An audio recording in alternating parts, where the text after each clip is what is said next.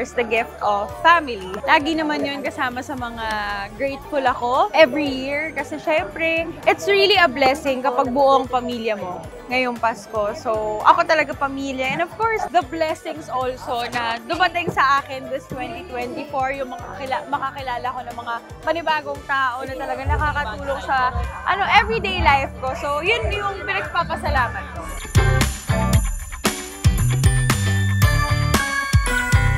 Unang-una, syempre, si God kasi siya yung dahilan ng lahat ng to, kung anong meron ako ngayon.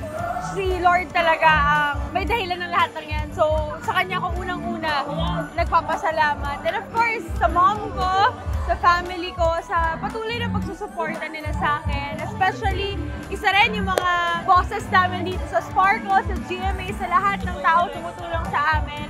And of course, madami pa akong gustong pasalamatan. Lahat ng sumusuporta sa akin, naniniwala sa akin yung mga fans ko and everything, I'm grateful for them.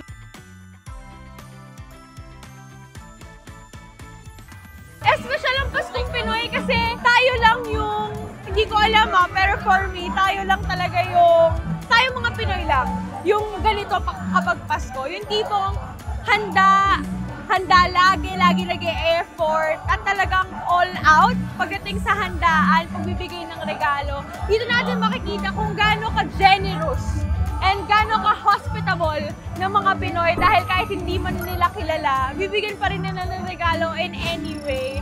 So it's really special yung Christmas dito sa Pilipinas. Ang Pasko ng Pilipino, Diyos ay